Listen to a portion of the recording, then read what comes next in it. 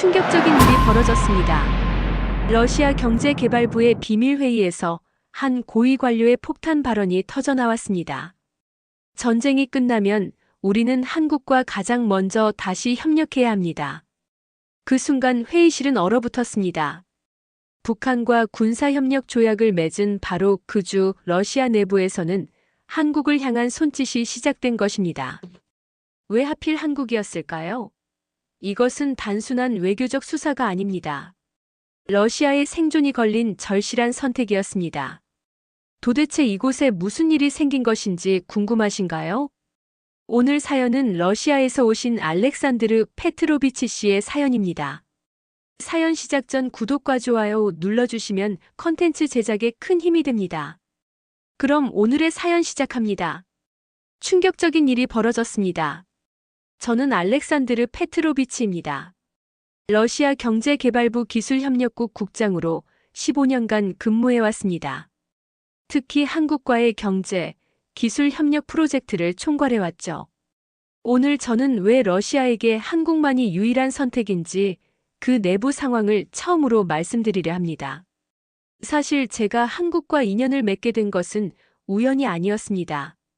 2000년대 초반 저는 모스크바 국립대학 경제학부를 졸업하고 러시아 정부 장학생으로 서울대학교에서 1년간 연수할 기회를 얻었죠. 그 당시만 해도 한국은 러시아인들에게 잘 알려지지 않은 나라였습니다.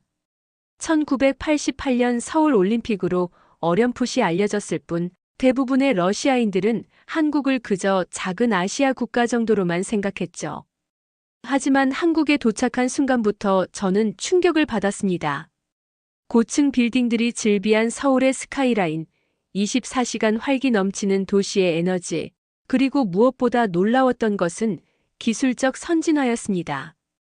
당시 한국은 이미 세계 최고 수준의 초고속 인터넷을 갖추고 있었고 삼성과 LG의 첨단 전자제품들이 일상 곳곳에 자리 잡고 있었습니다. 연수 기간 동안 저는 포스코, 현대중공업, 삼성전자 등 한국의 주요 기업들을 방문할 기회가 있었습니다. 그곳에서 본 생산시설과 기술력은 제 예상을 훨씬 뛰어넘었습니다. 특히 포스코의 철강 생산 기술은 당시 러시아의 기술보다 훨씬 앞서 있었죠. 현대중공업의 조선소 규모와 효율성은 세계 최고 수준이었고요. 귀국 후 저는 경제개발부에 배치되어 한국 담당으로 일하게 되었습니다. 처음에는 많은 동료들이 저를 비웃었습니다. 왜 하필 한국인가? 중국이나 일본을 담당하는 게 더 낫지 않나? 하지만 저는 한국의 잠재력을 확신했습니다. 그리고 그 확신은 시간이 지날수록 현실이 되었죠. 우크라이나 전쟁 이전, 한국은 러시아의 가장 중요한 경제 파트너 중 하나였습니다. 그건 단순한 무역 관계가 아니었어요. 우리의 미래를 함께 그려나갈 동반자였습니다. 우주개발, 북극항로, 첨단 기술 분야에서 한국은 러시아에게 없어서는 안 될 존재였죠. 그리고 한반도 분단 문제에서도 러시아는 중요한 의사결정 참여자 중 하나였습니다. 이런 여러 맥락에서 한국과 러시아의 관계는 계속 돈독해지고 있었습니다. 2010년 한러 수교 20주년을 기념하여 양국은 전략적 협력 동반자 관계로 격상되었습니다. 이는 단순한 수사가 아니었습니다. 양국 간 교역량은 2000년 대비 5배 이상 증가했고 러시아에 진출한 한국 기업의 수도 급증했습니다. 한국의 기술력과 러시아의 자원 및 과학 기반이 만나면서 시너지 효과가 창출되고 있었던 것이죠. 특히 러시아 극동 지역 개발에서 한국 기업들의 역할은 매우 중요했습니다. 블라디보스토크, 나우트카, 하바롭스크 등 극동 지역의 주요 도시들에 한국 기업들이 진출해 러시아 극동 개발을 지원했습니다. 한국의 롯데건설은 블라디보스토크의 대규모 호텔과 쇼핑몰을 건설했고 현대건설은 사할린 등 자원 개발 프로젝트에 참여했습니다. 나로호 우주발사체 개발 협력도 빼놓을 수 없는 중요한 사례입니다.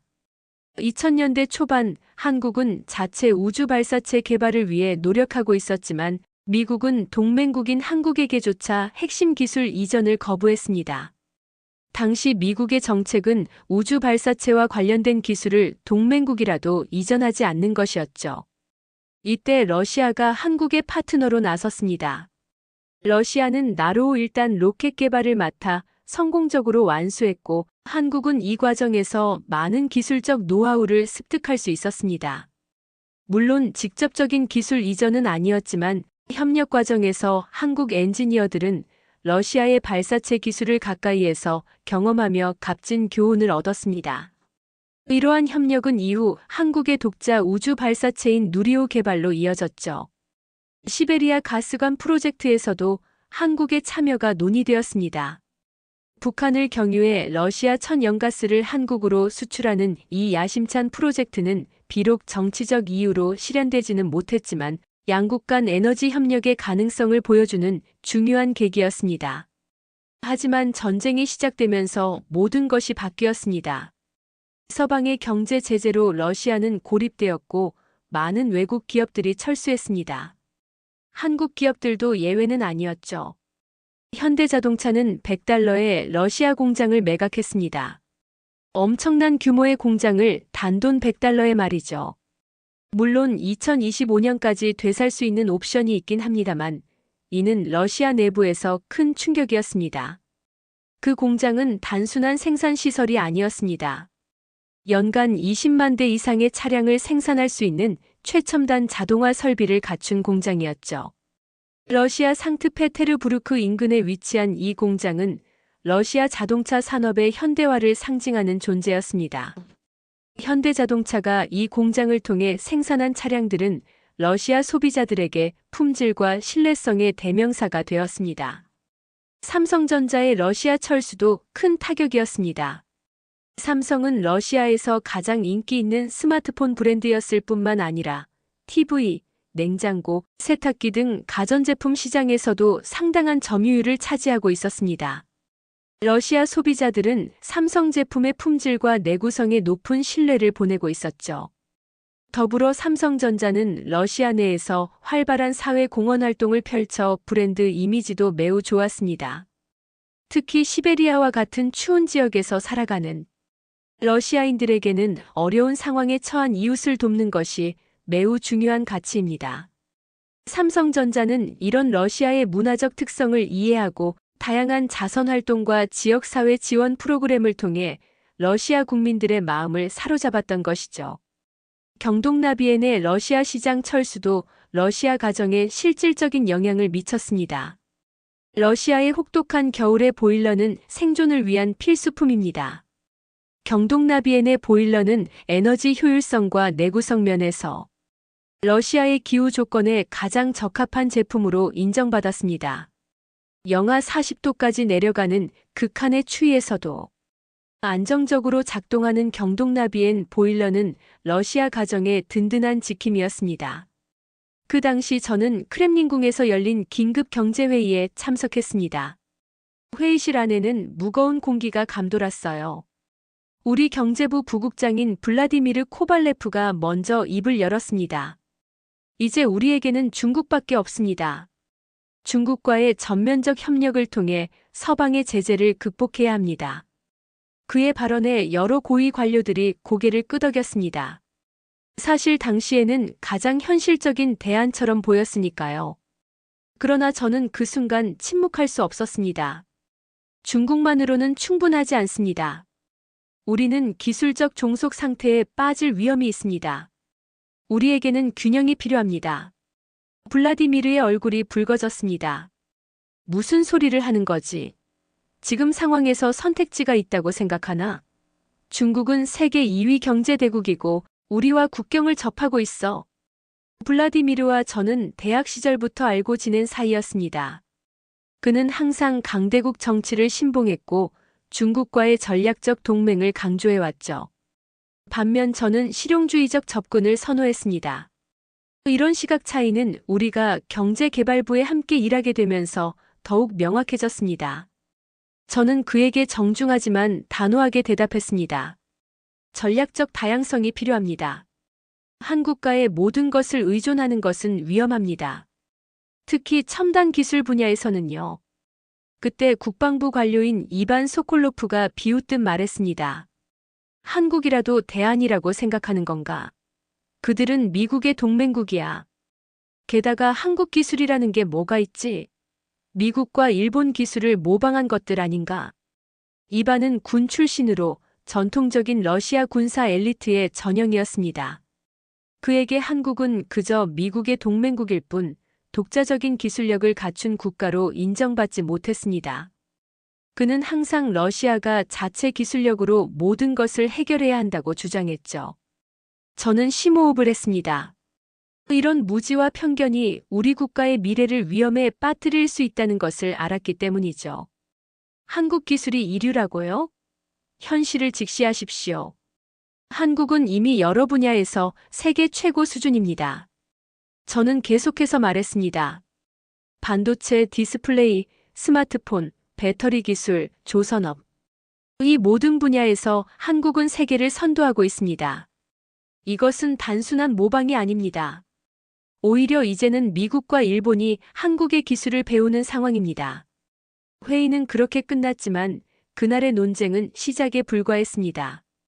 이후 몇 개월 동안 러시아 내부에서는 친중파와 실용주의파 사이에 조용한 권력 다툼이 벌어졌습니다. 대외적으로는 중국과의 협력을 강조하면서도 내부적으로는 중국 일변도 정책의 위험성에 대한 우려가 커져갔습니다. 이 권력 다툼은 단순한 정책 논쟁을 넘어 러시아의 미래 방향을 결정짓는 중요한 대결이었습니다. 친중파는 서방과의 단절을 기정사실화하고 중국과의 전면적 동맹을 추구했습니다. 이들은 서방은 더 이상 우리의 파트너가 될 수 없다. 미래는 동방에 있다라는 슬로건을 내세웠죠. 반면 실용주의파는 균형 잡힌 외교를 주장했습니다. 서방과의 관계가 악화된 것은 사실이지만 그렇다고 중국에 전적으로 의존하는 것은 또 다른 위험을 초래할 수 있다는 것이었죠. 이들은 러시아는 동과 서 사이의 다리가 되어야 한다라는 입장을 고수했습니다. 저는 실용주의파에 속했지만 처음에는 소수 의견이었습니다. 대부분의 고위 관료들은 중국이라는 확실한 선택지를 선호했기 때문이죠. 하지만 저는 포기하지 않았습니다. 한국과의 협력이 가져올 수 있는 이점에 대한 데이터와 분석을 꾸준히 제시했습니다. 전쟁이 1년째로 접어들면서 문제점들이 하나둘 드러나기 시작했습니다. 중국에서 공급받은 반도체와 전자부품에서 심각한 결함이 발견되었습니다. 우리 군수산업과 우주 프로그램에 치명적인 장애가 발생했죠. 중국산 부품의 불량률이 허용치를 훨씬 초과했고 일부는 의도적으로 성능이 제한된 것으로 의심되었습니다. 특히 군사용 통신 장비에 탑재된 중국산 반도체에서 심각한 문제가 발생했습니다. 이 장비들은 추운 시베리아 기후에서 빈번하게 고장났고 이로 인해 군작전에 차질이 생겼습니다.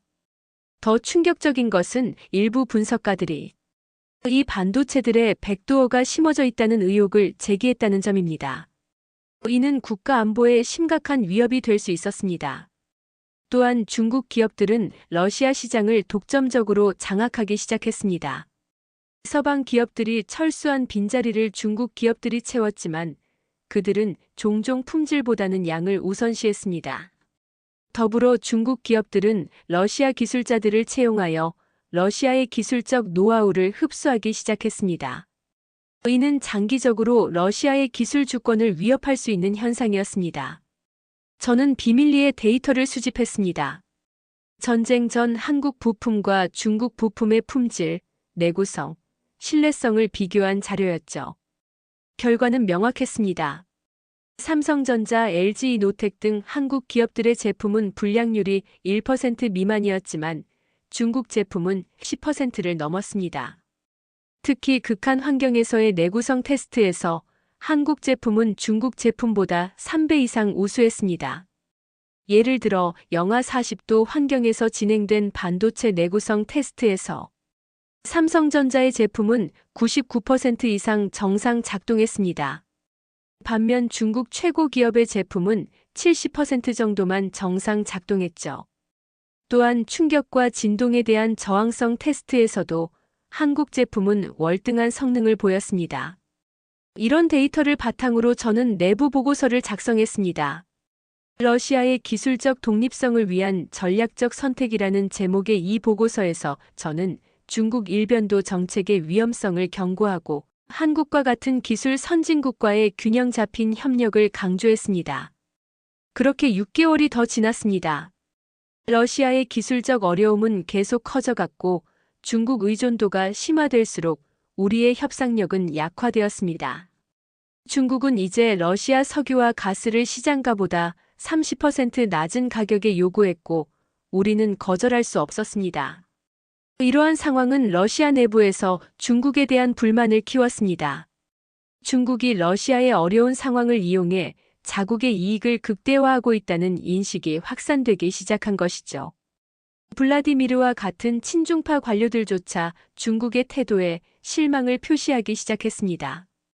그 무렵 중국이 러시아에 제공한 기술 장비 중 일부에서 심각한 결함이 발견되었습니다. 특히 통신 인프라와 에너지 분야에서 중국 장비의 신뢰성 문제가 불거졌습니다. 이로 인해 러시아 내부에서는 중국에 너무 의존하는 것은 위험하다는 인식이 확산되기 시작했습니다. 드디어 중대한 전환점이 찾아왔습니다.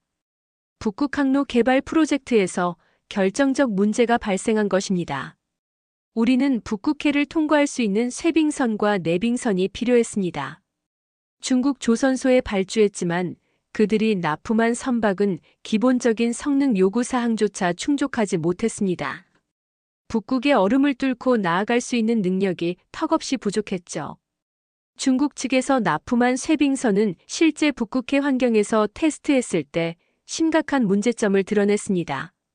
선체가 얼음과 충돌할 때 발생하는 충격을 제대로 흡수하지 못했고 추진 시스템도 극한의 추위에서 자주 고장났습니다.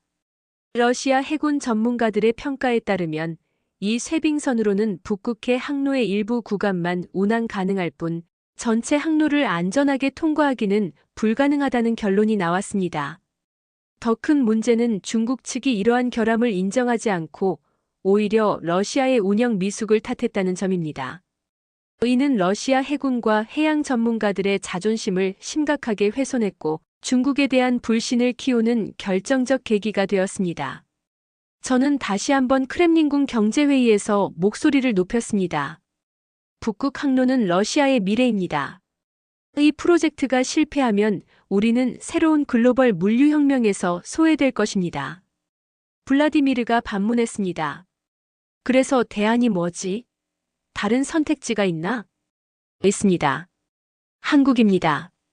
제 말에 회의실이 술렁였습니다. 한국의 조선 기술은 세계 최고 수준입니다.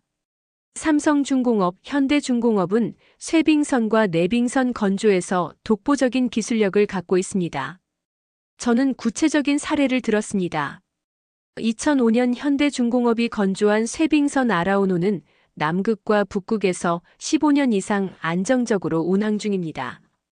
영하 50도의 극한 환경에서도 문제없이 작동하며 1.5m 두께의 얼음도 뚫을 수 있습니다. 삼성중공업은 최근 세계 최초로 LNG 추진 쇄빙선 기술을 개발했습니다. 이 기술은 환경 친화적이면서도 높은 성능을 보장합니다. 입안이 다시 비아냥거렸습니다. 우크라이나에 무기를 공급한 나라와 협력하자는 거야? 저는 침착하게 대답했습니다. 한국은 직접적으로 우크라이나에 무기를 공급하지 않았습니다. 그들은 미국에 탄약을 판매했고 미국이 그것을 우크라이나에 제공했을 뿐입니다. 한국은 가능한 한 균형을 유지하려 노력해왔습니다. 저는 계속해서 설명했습니다. 사실 한국 정부는 우크라이나 사태에 대해 매우 신중한 입장을 취했습니다. 그들은 서방의 제재에 동참하면서도 그 수위를 최소한으로 유지했습니다. 러시아에 대한 직접적인 비난도 자제했고요. 이는 한국이 러시아와의 관계를 완전히 단절하고 싶지 않다는 신호였습니다. 블라디미르가 고개를 저었습니다. 그래도 한국은 서방의 제재에 동참했어. 그들은 적이야. 제가 반박했습니다. 동맹국으로서의 최소한의 의무를 이행한 것뿐입니다.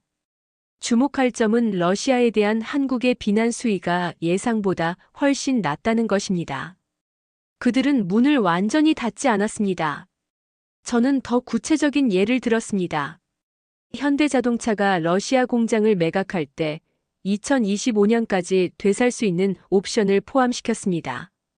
이는 전쟁이 끝나면 다시 돌아오겠다는 의지의 표현입니다. 삼성전자도 마찬가지로 러시아 시장을 완전히 포기하지 않았습니다. 그들은 서비스 센터를 유지하며 기존 고객들에 대한 지원을 계속하고 있습니다. 그 순간 회의실 맨 끝에서 조용히 앉아있던 대통령 경제보좌관이 입을 열었습니다. 페트로비치의 말을 좀 더 자세히 들어봅시다. 저는 준비해온 자료를 펼쳤습니다. 전쟁 전 한국은 러시아에서 놀라운 성과를 거두었습니다. 현대자동차는 러시아에서 판매된 외국 자동차 브랜드 중 1위였습니다. 독일의 명차들, 일본의 명차들, 그리고 바로 아래에는 중국의 수많은 자동차 회사들이 있었지만 러시아 소비자들이 가장 선택한 것은 한국 차였습니다. 저는 자동차 판매 데이터를 보여주었습니다. 2020년 기준 현대와 기아는 러시아 자동차 시장에서 외국 브랜드 중 약 23%의 점유율을 기록했습니다. 이는 독일 브랜드 17%와 일본 브랜드 15%를 크게 앞선 수치입니다. 특히 솔라리스, 크레타 리오와 같은 모델들은 러시아 소비자들에게 뛰어난 품질과 가성비로 큰 사랑을 받았습니다. 저는 계속해서 말했습니다. 삼성전자는 러시아 사람들이 가장 좋아하는 외국 기업 중 하나였습니다. 그들은 러시아에서 상당한 기부활동과 자선활동을 통해 깊은 신뢰를 쌓았습니다. 러시아 사람들은 이런 것을 기억합니다. 저는 삼성전자의 사회공헌활동 사례를 구체적으로 언급했습니다. 삼성전자는 시베리아 지역의 고아원과 양로원에 정기적으로 기부했고 모스크바와 상트페테르부르크의 삼성 디지털 아카데미를 설립해 러시아 청년들에게 IT 교육 기회를 제공했습니다. 또한 우랄 지역의 환경 보호 프로젝트에도 적극 참여했죠. 이런 활동들이 러시아 국민들에게 깊은 인상을 남겼습니다. 또한 경동나비엔 보일러의 사례를 들었습니다. 러시아처럼 추운 나라에서 보일러는 생필품입니다.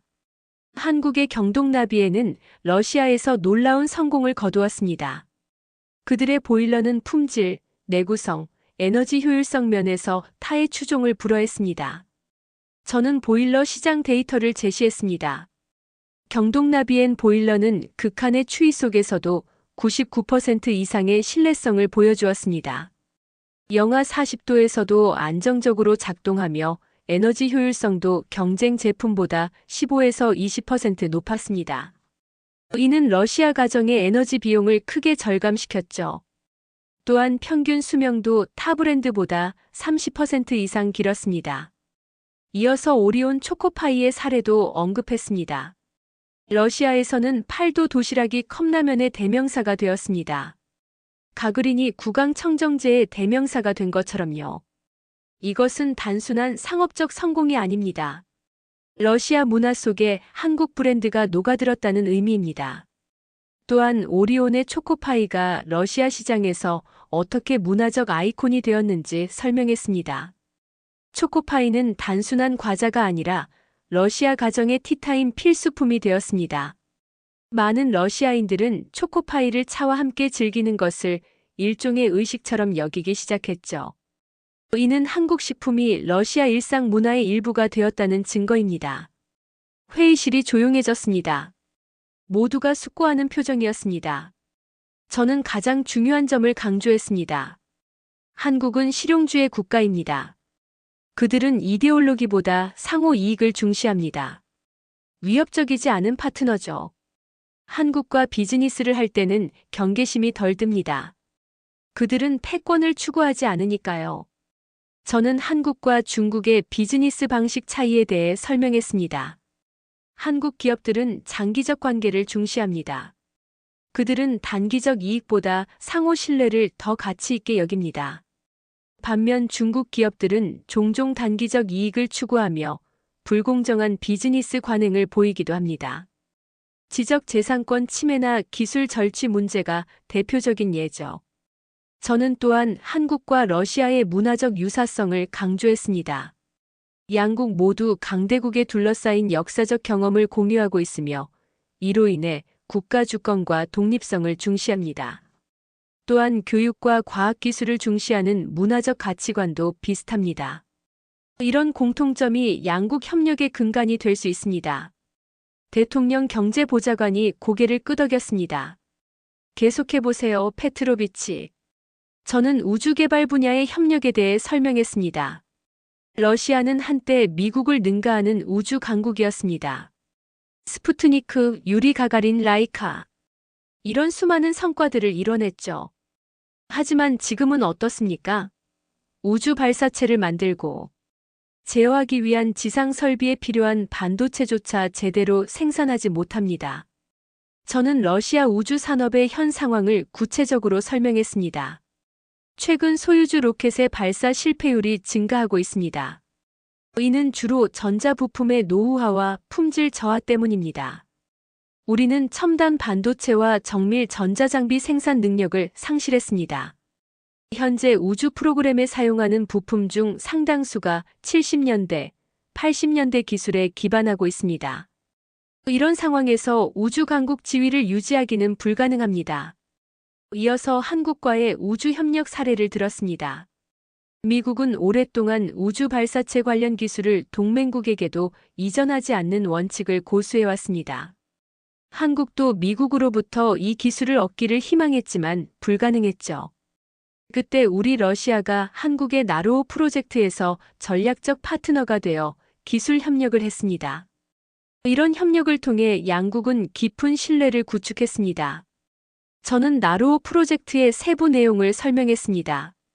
러시아의 흐루니체프 우주센터가 나로호 1단 로켓을 개발했습니다.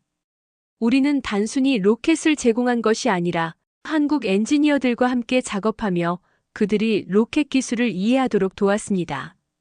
이런 경험이 한국의 독자 우주 발사체인 누리호 개발의 기반이 되었죠. 한국은 이제 독자적인 우주 발사 능력을 갖춘 세계 7번째 국가가 되었습니다. 저는 한국 우주 기술의 발전 속도를 강조했습니다. 한국은 불과 30년 만에 우주기술 후발주자에서 선진국으로 도약했습니다. 이런 빠른 발전 속도는 한국의 기술 습득 능력과 혁신 역량을 보여줍니다. 지금 한국은 달 탐사선 개발, 우주 인터넷 구축 등 야심찬 프로젝트를 추진하고 있습니다. 러시아가 한국과 다시 협력한다면 우리의 우주 산업도 새로운 활력을 얻을 수 있을 것입니다. 블라디미르가 불편한 표정으로 물었습니다. 그래서 그게 지금 우리에게 어떤 의미가 있지? 저는 결정적인 카드를 꺼냈습니다. 북극 항로입니다. 북극 항로가 개발되면 세계 물류의 흐름이 바뀝니다.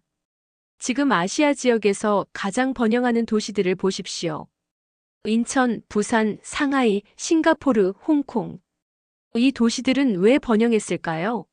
말라카 해협을 지나 수에즈 운하를 거쳐 유럽으로 가는 해양 역세권에 위치했기 때문입니다.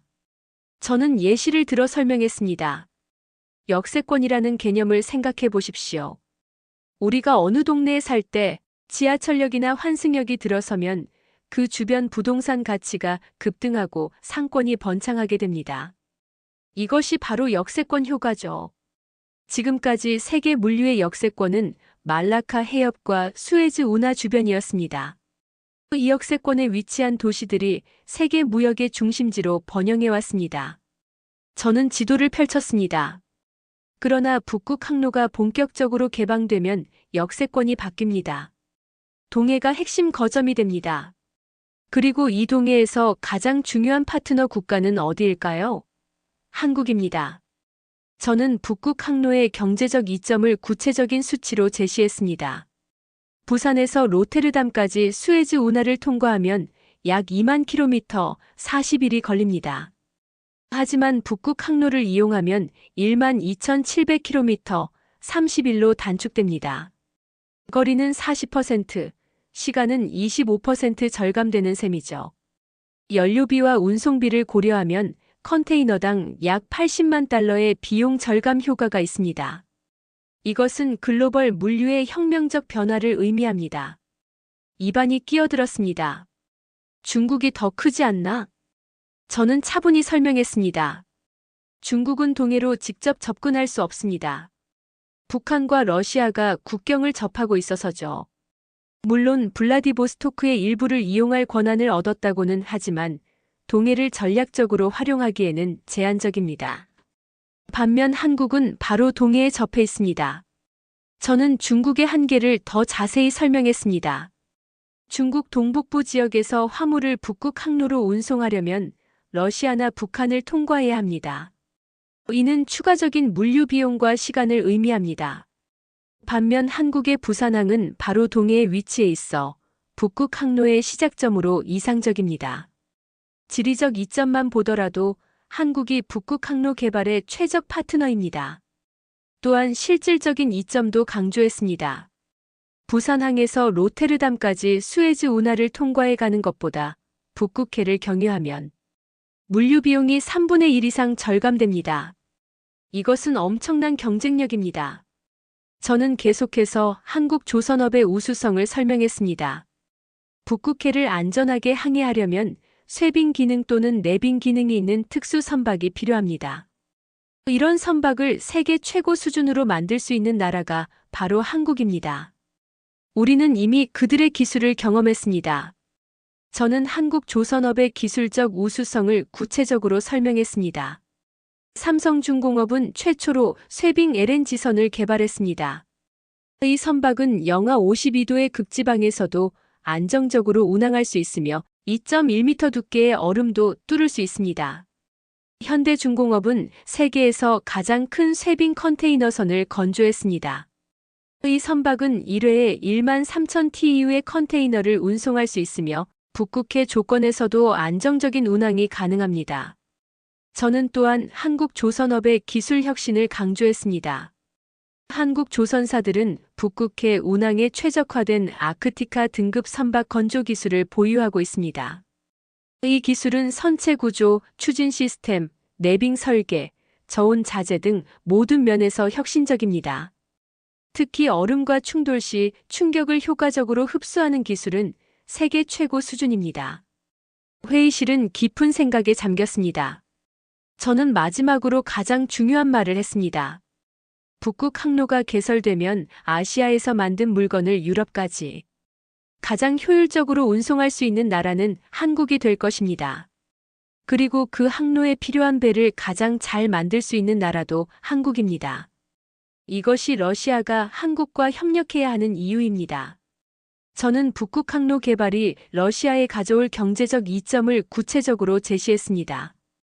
북극 항로가 활성화되면 러시아 극동 지역은 새로운 경제적 활력을 얻게 될 것입니다. 블라디보스토크, 나우트카 등의 항구 도시가 국제 물류 허브로 발전할 수 있습니다. 또한 북극 지역의 자원 개발도 더욱 활발해질 것입니다. 이는 수십만 개의 새로운 일자리 창출과 연간 수백억 달러의 경제적 효과를 의미합니다. 대통령 경제보좌관이 깊이 고개를 끄덕였습니다.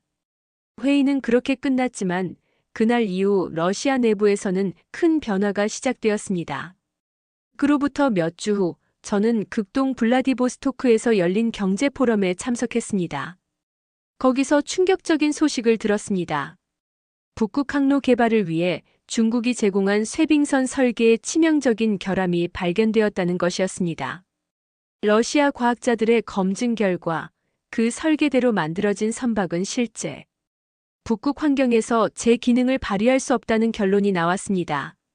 더 충격적인 사실은 중국 측이 이 결함을 사전에 알고 있었음에도 러시아 측에 알리지 않았다는 점이었습니다. 러시아 공학자들이 설계도를 면밀히 분석한 결과 몇몇 핵심 구조물이 북극해 빙하 압력을 견디기에 충분히 강하지 않았습니다. 이는 단순한 실수가 아니라 의도적인 기준 미달로 보였습니다. 포럼 중간 휴식 시간, 블라디미르가 저에게 다가왔습니다. 그의 표정이 예전과 달랐습니다. 페트로비치, 자네 말이 맞았어. 중국만으로는 안 되겠어. 저는 놀랐습니다. 그가 이렇게 솔직하게 인정할 거라고 예상하지 못했거든요. 무슨 일이 있었나요? 그가 낮은 목소리로 말했습니다. 반도체 문제야. 중국에서 공급받은 군사용 반도체의 70%가 규격 미달이었어. 우리 방공 시스템에 심각한 문제가 생겼어. 블라디미르는 더 충격적인 사실을 털어놓았습니다. 최근 시베리아 지역에서 진행된 군사훈련 중 통신 시스템이 완전히 다운됐어. 원인을 조사해보니 중국산 통신 장비에 탑재된 반도체가 저온에서 제 기능을 못한 거야. 영하 30도만 되어도 작동이 멈춰버렸다니까. 러시아에서 영하 30도는 그리 특별한 온도가 아닌데 말이야. 저는 조심스럽게 물었습니다. 그래서 어떻게 하실 생각인가요? 블라디미르는 주변을 살피더니 작은 목소리로 말했습니다. 공식적으로는 계속 중국과의 협력을 강조할 거야. 하지만 비공식적으로 한국과의 채널을 다시 열어보는 것이 어떻겠나? 저는 심장이 빠르게 뛰는 것을 느꼈습니다. 이것은 중대한 전환점이었습니다. 어떤 분야에서요? 우선은 민간 기술 분야부터. 반도체, 전자장비 그리고 그가 망설이다 말했습니다. 그리고 조선업. 특히 내빙선 기술. 그는 한숨을 쉬며 계속했습니다. 중국은 우리에게 필요한 것을 제공하지 못하고 있어. 그들의 기술은 우리가 기대했던 것에 미치지 못해. 특히 극한 환경에서의 신뢰성 문제가 심각해. 이건 우리 국가 안보에 직결된 문제야. 블라디미르의 고백은 계속되었습니다. 지난달 국방부에서 중국산 반도체와 한국산 반도체의 성능을 비교 테스트했어. 결과는 충격적이었지. 한국산 반도체는 모든 환경 조건에서 안정적으로 작동했어. 반면 중국산은 극한 조건에서 거의 다 실패했어. 우리는 이제 다른 선택지를 찾아야 해. 저는 이해한다는 듯 답했습니다. 물론입니다. 비공식 채널로 진행하면 됩니다. 블라디미르는 마지막으로 말했습니다. 이 얘기는 우리 둘만 알고 있어야 해. 아직 크렘린 내에는 친중파가 많으니까. 그렇게 비밀 프로젝트가 시작되었습니다. 북극성이라는 코드명으로 진행된 이 프로젝트는 한국의 기술력을 다시 러시아로 가져오는 것이 목표였습니다. 물론 국제 제재를 위반하지 않는 범위 내에서요. 북극성 프로젝트는 세 가지 핵심 분야에 집중했습니다. 첫째, 조선 기술 협력입니다. 북극 항로 개발에 필요한 쇄빙선과 내빙선 기술을 확보하는 것이 목표였습니다. 둘째, 전자 및 통신 기술 협력입니다. 특히 극한 환경에서도 안정적으로 작동하는 반도체와 통신 장비가 중요했습니다. 셋째, 에너지 기술 협력입니다. 북극 지역의 자원 개발과 관련된 기술적 협력을 모색했습니다. 첫 번째 접촉은 제3국인 카자흐스탄에서 이루어졌습니다. 저는 한국산업통상자원부의 고위 관료와 비공개 만남을 가졌습니다. 그는 신중했지만 협력 가능성에 열려 있었습니다. 우리도 러시아와의 관계가 중요하다는 것을 알고 있습니다. 하지만 현 상황에서는 제약이 많습니다.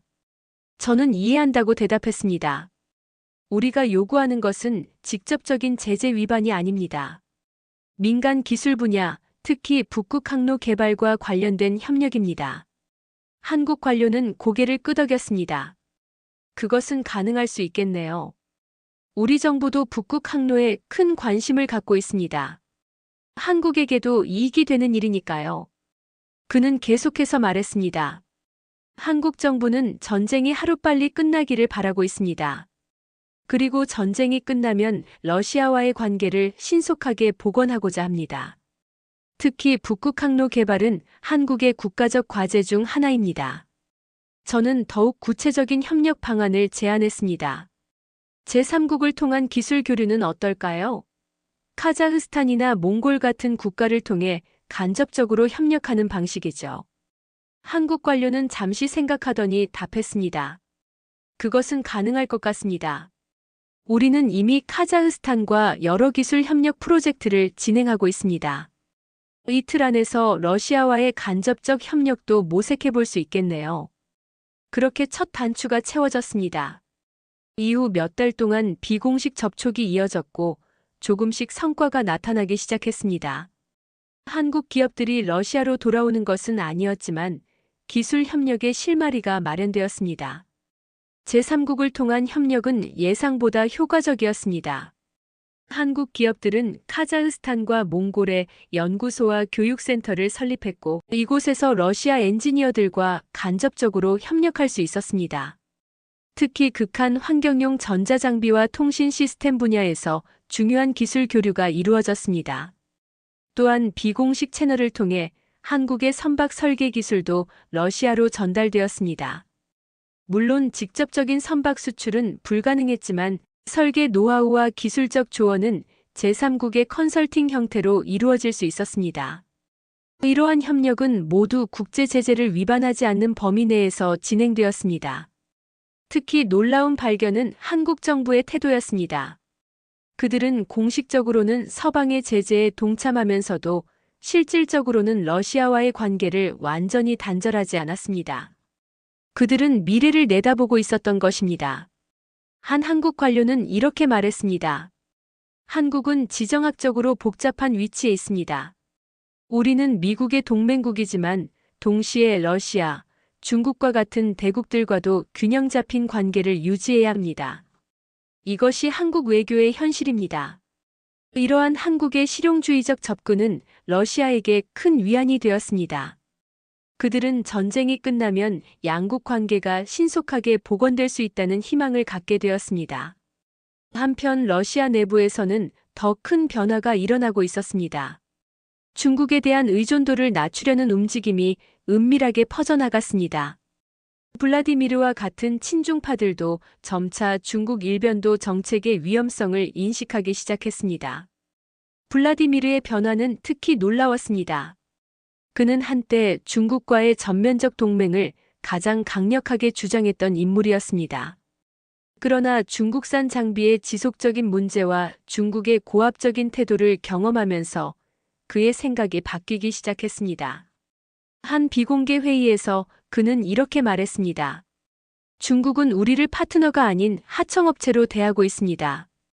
그들은 우리의 어려운 상황을 이용해 불공정한 조건을 강요하고 있습니다. 우리는 단일 국가에 지나치게 의존하는 실수를 범해서는 안 됩니다. 이반 소콜로프도 마찬가지였습니다. 그는 처음에는 한국 기술을 무시했지만 군사훈련 중 중국산 장비의 잦은 고장을 경험한 후 태도가 바뀌었습니다. 특히 러시아군이 테스트용으로 비밀리에 확보한 한국산 통신 장비가 극한 환경에서도 안정적으로 작동하는 것을 보고 깊은 인상을 받았습니다. 그는 국방부 내부 보고서에서 이렇게 평가했습니다. 한국의 군사 통신 기술은 우리의 예상을 뛰어넘는 수준입니다. 특히 전자전 대응 능력과 극한 환경 적응성은 세계 최고 수준입니다. 우리는 이 분야에서 한국과의 협력 가능성을 적극 모색해야 합니다. 그러던 중 결정적인 사건이 발생했습니다. 러시아와 북한이 포괄적 협력 조약을 체결한 것입니다. 이 소식은 세계를 충격에 빠뜨렸습니다. 많은 이들이 러시아가 이제 완전히 북한 편에 섰다고 해석했죠. 그러나 내부 상황은 달랐습니다. 저는 그 조약 체결 직후 열린 비밀 회의에 참석했습니다. 거기서 들은 말은 충격적이었습니다. 이 조약은 표면적인 것일 뿐입니다. 우리의 진짜 목표는 균형입니다. 러시아 외교부 고위 관료가 말했습니다. 북한과의 관계를 강화함으로써 우리는 한국, 중국, 미국 모두에게 협상력을 얻게 됩니다. 러시아의 이중 전략은 매우 치밀했습니다. 표면적으로는 북한과의 동맹을 강화하는 것처럼 보이지만 내면적으로는 한국과의 미래 협력도 준비하고 있었던 것입니다. 이는 한반도에서 러시아의 영향력을 극대화하기 위한 전략이었습니다. 저는 질문했습니다.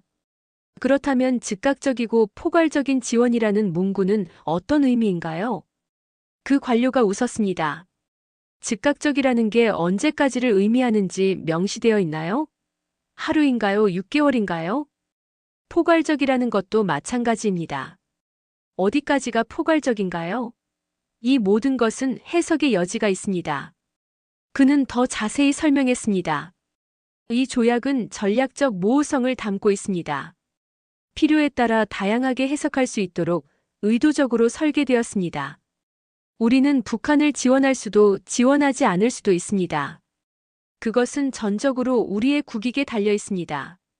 그는 미국과 우크라이나의 사례를 들었습니다. 우크라이나는 핵무기를 포기하면서 미국으로부터 안보 보장을 약속받았습니다. 하지만 실제 위기가 왔을 때 미국은 직접 참전하지 않았죠. 약속은 언제든 상황에 따라 해석될 수 있습니다. 러시아의 이중 전략은 한반도에만 국한된 것이 아니었습니다. 글로벌 차원에서 러시아는 서방과의 갈등 속에서도 미래의 관계 복원 가능성을 열어두고 있었습니다. 특히 한국과 같은 기술 선진국과의 관계는 러시아의 미래에 매우 중요했기 때문입니다. 저는 그때 깨달았습니다. 러시아의 외교는 표면과 내면이 다르다는 것을요. 북한과의 조약은 외부를 향한 메시지였고 실제로는 한국과의 관계도 염두에 두고 있었던 것입니다. 이후 저는 또 다른 중요한 회의에 참석했습니다. 이번에는 러시아 국방부와 경제개발부가 공동으로 주최한 전략회의였습니다. 주제는 전후 산업 재건이었습니다. 그 회의에서 국방부 고위 관료가 한국의 방산업체에 대해 언급했습니다. 한국은 세계에서도 몇 안 되는 대량 탄약 생산 인프라를 보유하고 있습니다. 풍산을 비롯한 한국 방산 기업들은 즉각적인 생산과 납품이 가능한 역량을 갖추고 있죠. 그는 구체적인 데이터를 제시했습니다. 풍산은 월 1,000만 발 이상의 소총 탄약을 생산할 수 있는 능력을 갖추고 있습니다. 이는 세계 최고 수준입니다. 또한 한화는 세계 최고 수준의 자주포 K9을 개발했습니다. 이 자주포는 극한의 기후 조건에서도 안정적으로 작동하며 발사 정확도와 기동성 면에서 러시아의 장비보다 우수한 성능을 보여주고 있습니다. 이반이 비꼬는 투로 물었습니다. 그래서 뭐? 그들은 우리 적의 편이야. 그 관료는 침착하게 답했습니다. 전쟁은 언젠가 끝납니다. 그리고 그 이후를 준비해야 합니다. 한국의 기술력과 생산 능력은 우리에게 필요할 것입니다. 그는 계속해서 말했습니다. 우리는 현실을 직시해야 합니다. 우리의 방산시설 중 상당수가 노후화되었고 현대적인 무기체계 생산에 어려움을 겪고 있습니다. 특히 정밀 유도 무기와 첨단 전자장비 분야에서 우리는 뒤처져 있습니다. 한국은 이 분야에서 세계적인 경쟁력을 갖추고 있습니다. 그 순간 저는 러시아 내부에서 한국에 대한 인식이 변하고 있음을 확실히 느꼈습니다. 한국은 더 이상 단순한 미국의 동맹국이 아니라 러시아의 미래를 위한 중요한 파트너로 인식되기 시작한 것입니다. 이러한 변화는 다른 분야에서도 나타났습니다. 러시아 첨단 기술 기업들이 비공식적으로 한국 기술에 대한 평가를 시작했습니다. 놀랍게도 많은 전문가들이 한국 제품의 품질과 신뢰성에 높은 점수를 주었습니다. 한 전자공학 전문가는 이렇게 말했습니다. 삼성과 LG의 반도체는 극한 환경에서도 안정적으로 작동합니다. 이는 러시아의 우주 프로그램과 군사 시스템의 매우 중요한 요소입니다. 그는 구체적인 테스트 결과를 언급했습니다. 우리는 삼성전자의 극저온용 반도체를 영하 60도 환경에서 테스트했습니다. 100시간 연속 작동 후에도 성능 저하가 거의 없었습니다. 이는 러시아 우주 프로그램의 매우 중요한 특성입니다. 우주 환경은 극도로 낮은 온도와 높은 방사선에 노출되기 때문이죠. 또 다른 전문가는 한국의 배터리 기술을 높이 평가했습니다. LG 에너지 솔루션과 삼성 SDI의 배터리 기술은 세계 최고 수준입니다. 극한의 추위에서도 성능을 유지하는 기술은 러시아에 매우 유용할 것입니다. 그는 시베리아와 북극 지역에서의 배터리 사용에 대해 설명했습니다. 이 지역에서는 일반 배터리가 급격히 성능이 저하됩니다. 하지만 한국의 최신 배터리 기술은 영하 30도 이하에서도 80% 이상의 성능을 유지합니다. 이는 우리의 극지 탐사와 북극 개발에 혁명적인 변화를 가져올 수 있습니다. 이처럼 러시아 내부에서는 한국의 기술력에 대한 재평가가 진행되고 있었습니다. 물론 이러한 움직임은 대외적으로 공개되지 않았습니다. 정치적으로 너무 민감한 사안이었으니까요. 저는 이런 변화를 바탕으로 더 구체적인 계획을 세우기 시작했습니다. 포스트 전쟁 시대를 대비한 한러 협력 로드맵이었죠. 이 계획은 크게 세 가지 축으로 구성되었습니다. 첫째, 북극 항로 개발을 위한 협력입니다. 한국의 조선 기술과 러시아의 북극 항로를 결합해 새로운 물류혁명을 이끌어내는 것이 목표였습니다. 이 축에는 구체적인 프로젝트들이 포함되었습니다. 북극해 항로 개발을 위한 쇄빙 상선단 건조, 북극 항구시설 현대화, 북극 항로 운항에 필요한 내비게이션 시스템 개발 등이 주요 내용이었습니다. 특히 한국의 조선 기술과 러시아의 쇄빙 기술을 결합한 차세대 쇄빙선 개발이 핵심 프로젝트였습니다. 둘째, 첨단 기술 협력입니다. 특히 반도체, 통신 장비, 우주 기술 분야에서 한국과의 협력을 통해 러시아의 기술적 종속성을 줄이는 것이 중요했습니다. 이 축에서는 한국의 반도체 기술과 러시아의 기초과학 역량을 결합하는 프로젝트가 계획되었습니다. 극한 환경용 특수 반도체 개발, 우주용 통신 장비 공동 연구, 사이버 보안 기술 협력 등이 주요 내용이었습니다. 이러한 협력은 직접적인 기술 이전이 아닌 공동 연구 형태로 진행될 예정이었습니다. 셋째, 에너지 협력입니다. 러시아의 풍부한 자원과 한국의 첨단 에너지 기술을 결합해 양국 모두에게 이익이 되는 협력 모델을 구축하는 것이었습니다. 이 축에서는 액화천 연가스 LNG 프로젝트가 중심이었습니다. 러시아의 풍부한 천연가스와 한국의 LNG 플랜트 건설 기술을 결합하는 것이 목표였습니다. 또한 북극 지역의 신재생 에너지 개발도 중요한 협력 분야로 설정되었습니다. 극한 환경에서 작동하는 태양광, 풍력 발전 기술 개발이 주요 내용이었습니다. 이 계획을 가지고 저는 다시 비밀리에 한국 측 관계자와 접촉했습니다. 이번에는 싱가포르에서 만남이 이루어졌습니다. 한국 측에서도 긍정적인 반응을 보였습니다. 전쟁이 끝나면 한국 기업들은 러시아 시장에 빠르게 복귀할 준비가 되어 있습니다. 특히 북극 항로 개발에는 큰 관심이 있죠. 한국 측 관계자는 더 구체적인 계획을 언급했습니다. 현대중공업과 삼성중공업은 이미 북극 항로용 특수 선박 설계를 진행하고 있습니다. 전쟁이 끝나면 즉시 러시아와 협력할 수 있도록 준비 중입니다. 또한 포스코는 극한 환경에서 사용할 수 있는 특수 강제 개발에 투자하고 있습니다. 그는 한국 정부의 북극 정책에 대해서도 언급했습니다. 한국은 북극 정책 기본 계획을 수립했습니다. 이 계획에서 러시아와의 협력은 핵심 요소입니다. 우리는 북극 항로를 통한 새로운 물류혁명의 가능성을 확신하고 있습니다. 이처럼 양국 모두 표면적으로는 거리를 두면서도 내면적으로는 미래 협력을 준비하고 있었습니다. 이것이 바로 진정한 외교의 모습이죠. 시간이 흐르면서 러시아 내부에서는 더욱 놀라운 변화가 일어났습니다. 처음에 한국을 무시하던 이반조차 한국 기술의 우수성을 인정하기 시작했습니다. 한 회의에서 그가 말했습니다. K9 자주포의 성능은 인정할 만하군. 우리가 생각했던 것보다 한국의 군사 기술은 훨씬 발전해 있어. 이반은 더 구체적으로 설명했습니다. K9 자주포는 영하 40도에서도 안정적으로 작동합니다. 발사 정확도는 40km 거리에서 오차 범위 10m 이내라고 합니다.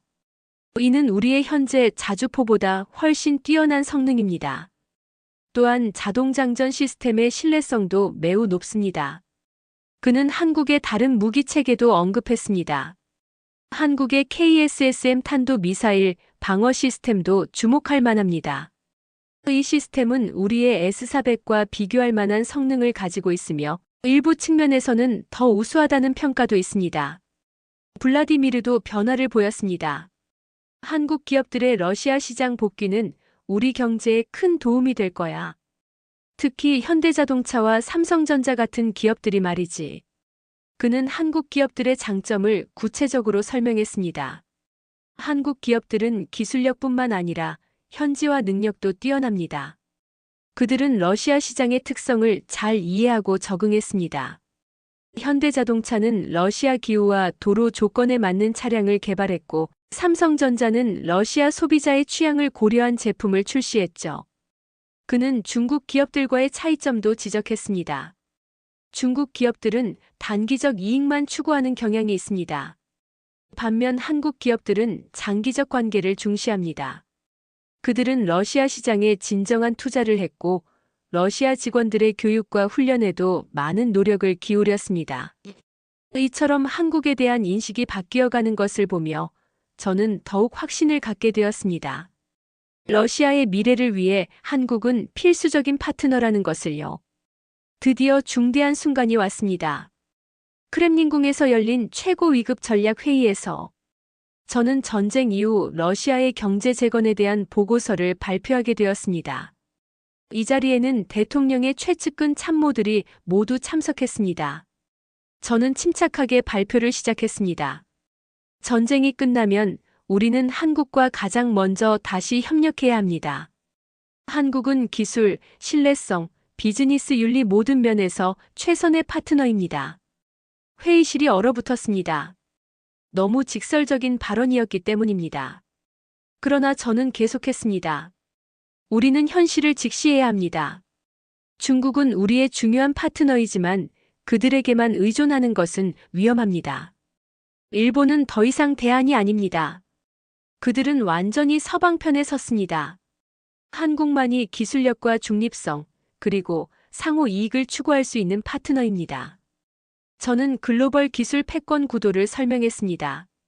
세계는 이제 미국과 중국 중심의 두 기술 블록으로 나뉘고 있습니다. 이런 상황에서 러시아가 중국에만 의존하면 기술적 종속이 불가피합니다. 우리는 제3의 협력 파트너가 필요합니다. 그리고 그 파트너는 한국이 되어야 합니다. 저는 모든 증거와 데이터를 제시했습니다. 한국 기업들의 과거 성과, 기술력의 우수성, 북극 항로 개발에서의 잠재적 협력 가능성 등을 상세히 설명했습니다. 특히 북극 항로 개발의 경제적 효과를 강조했습니다. 북극 항로가 활성화되면 러시아는 연간 50억 달러 이상의 통행료 수입을 얻을 수 있습니다. 또한 극동 지역에 새로운 항만과 물류 인프라가 구축되면서 20만 개 이상의 일자리가 창출될 것입니다. 이는 러시아 극동 지역의 경제적 부흥을 의미합니다. 저는 한국과의 협력이 가져올 기술적 이점도 설명했습니다. 한국은 조선, 전자통신, 에너지 등 러시아가 필요로 하는 모든 분야에서 세계적인 기술력을 갖추고 있습니다. 특히 극한 환경에서 작동하는 기술은 러시아의 지리적 조건에 완벽하게 부합합니다. 발표가 끝나고 침묵이 흘렀습니다. 그때 대통령 보좌관이 입을 열었습니다. 페트로비치, 당신의 분석은 설득력이 있습니다. 하지만 현재의 정치적 상황에서는 저는 그의 말을 조심스럽게 끊었습니다. 물론 현 상황에서 공개적인 협력은 어렵습니다. 하지만 우리는 미래를 준비해야 합니다. 비공식 채널을 통한 대화는 계속되어야 합니다. 그는 잠시 생각하더니 천천히 고개를 끄덕였습니다. 좋습니다. 북극성 프로젝트를 확대하십시오. 하지만 극도의 보안 유지가 필요합니다. 그의 지시는 명확했습니다. 공식적으로는 중국과의 협력을 계속 강조할 것입니다. 하지만 비공식적으로는 한국과의 채널을 유지하고 확대하십시오. 전쟁이 끝나면 즉시 한국과의 관계를 정상화할 수 있도록 준비해야 합니다. 그 순간 저는 승리를 느꼈습니다. 러시아의 최고 위층이 한국과의 협력 필요성을 인정한 것입니다. 표면적으로는 중국과의 관계를 강조하면서도 내면적으로는 한국과의 협력을 준비하는 이중 전략이 공식화된 것이죠. 이후 몇 개월 동안 북극성 프로젝트는 더욱 활발하게 진행되었습니다. 한국과 러시아 사이에 비공식 접촉이 증가했고 전후 협력을 위한 구체적인 로드맵이 만들어졌습니다. 특히 북극 항로 개발에 대한 협력 방안이 중점적으로 논의되었습니다. 한국의 조선 기술과 러시아의 북극 영토를 결합해 새로운 글로벌 물류 노선을 개척하는 것이 핵심이었습니다. 이 협력은 단순한 경제적 이익을 넘어 글로벌 물류혁명을 가져올 잠재력을 가지고 있었습니다. 수에즈 운하를 통과하는 기존 항로에 비해 북극 항로는 거리와 시간을 크게 단축시킬 수 있었습니다. 이는 전 세계 해운과 무역 패턴의 변화를 의미했습니다. 더욱 중요한 것은 이 항로가 가져올 지정학적 변화였습니다. 전통적으로 해양 강국들이 지배해온 글로벌 물류에서 러시아와 한국이 새로운 주역으로 부상할 수 있는 기회였습니다. 특히 말라카 해협과 수에즈 운하에 의존해온 아시아 유럽 무역 루트에 대한 대안이 생기는 것이었죠. 러시아 내부에서도 변화의 바람이 불었습니다. 과거 한국을 무시하던 많은 관료들이 이제는 한국의 가치를 인정하기 시작했습니다. 특히 중국에서 받은 실망 경험들이 이러한 변화를 가속화했습니다. 한 고위 관료는 이렇게 말했습니다. 한국은 약속을 지키는 국가였어. 우리가 그 가치를 제대로 인식하지 못했던 거야. 또 다른 관료는 한국 기업의 품질 관리를 높이 평가했습니다. 삼성전자의 품질 관리 시스템은 세계 최고 수준이야. 러시아 기업들도 이를 배워야 해. 이런 변화는 곧 정책에도 반영되기 시작했습니다. 러시아 정부는 비공식적으로 포스트 전쟁 시대를 대비한 경제 협력국 리스트를 작성했는데 그 최상위에 한국이 있었습니다. 마침내 전쟁의 끝이 보이기 시작했습니다. 정확한 시기는 말할 수 없지만 모든 전쟁은 끝나기 마련입니다. 그리고 러시아는 그 이유를 준비하고 있었습니다. 크렘린궁에서 열린 마지막 전략회의에서 대통령 보좌관이 저에게 질문했습니다. 페트로비치, 전쟁이 끝나면 가장 먼저 손을 내밀 국가는 어디라고 생각하나? 저는 망설임 없이 대답했습니다. 한국입니다. 그들은 실용적이고 미래를 봅니다. 무엇보다 그들은 러시아의 위협적이지 않은 파트너가 될 수 있습니다. 그는 고개를 끄덕였습니다. 그리고 러시아는 한국이 필요하겠지. 그렇습니다. 저는 확신을 담아 대답했습니다. 북극 항로가 열리면 한국은 동북아 물류의 중심이 될 것입니다. 그리고 러시아는 그 과정에서 핵심 파트너가 될 수 있습니다. 이처럼 러시아는 조용히 그러나 확실하게 한국을 향한 손짓을 시작했습니다. 표면적으로는 북한과의 관계를 강화하면서도 내면적으로는 한국과의 협력을 준비하고 있었던 것입니다. 특히 주목할 점은 러시아가 바라보는 한국의 가치였습니다. 그들에게 한국은 단순한 경제 파트너가 아니라 러시아의 기술적 독립성을 확보하기 위한 전략적 파트너였습니다. 한국의 기술력은 러시아가 서방과 중국 사이에서 독자적인 위치를 확보하는데 결정적인 역할을 할 수 있었기 때문입니다. 또한 북극해 개발에서 한국의 역할은 필수적이었습니다. 한국의 조선 기술 없이는 북극 항로의 상업적 활용이 거의 불가능했기 때문입니다. 러시아는 이 사실을 분명히 인식하고 있었고 이것이 그들이 한국과의 관계를 완전히 단절하지 않은 중요한 이유 중 하나였습니다. 블라디미르조차 마지막 회의에서 이렇게 고백했습니다. 페트로비치 말이 맞았어. 우리는 한국과 같은 기술 강국과의 균형 잡힌 협력이 필요해. 중국만으로는 충분하지 않아. 이반도 자신의 편견을 인정했습니다. 한국의 기술력을 과소평가했던 내 생각이 틀렸음을 인정합니다. 그들은 이미 여러 분야에서 세계를 선도하고 있습니다. 전쟁은 반드시 끝납니다. 그리고 그 이후 한국은 러시아에게 가장 중요한 파트너 중 하나가 될 것입니다. 이것은 지정학적 현실이자 경제적 필연입니다. 한국의 기술력, 러시아의 자원, 그리고 북극 항로라는 새로운 가능성. 이 세 가지가 만나면 동북아의 지형은 완전히 바뀔 것입니다. 그리고 그 중심에 한국이 있을 것입니다. 여러분, 지금 세계는 빠르게 변하고 있습니다. 겉으로 보이는 것이 전부가 아닙니다. 표면 아래에서는 더 복잡한 움직임이 일어나고 있습니다. 그리고 그 움직임 속에서 한국의 위상은 점점 높아지고 있습니다. 한국은 이제 단순한 작은 나라가 아닙니다. 세계 강대국들이 필요로 하는 기술력과 신뢰를 갖춘 중요한 파트너입니다. 러시아의 사례가 이를 증명합니다. 우리 한국의 기술력은 이제 세계가 인정하는 최고 수준입니다. 반도체, 조선, 배터리, 통신, 자동차. 이 모든 분야에서 한국은 세계 최고를 달리고 있습니다. 이것은 우연이 아니라 우리의 근면함과 혁신 정신이 만들어낸 결과입니다. 특히 극한 환경에서도 안정적으로 작동하는 한국의 기술력은 러시아와 같은 추운 기후를 가진 국가들에게 매우 중요합니다. 한국의 기술은 이제 전 세계가 필요로 하는 필수 요소가 되었습니다.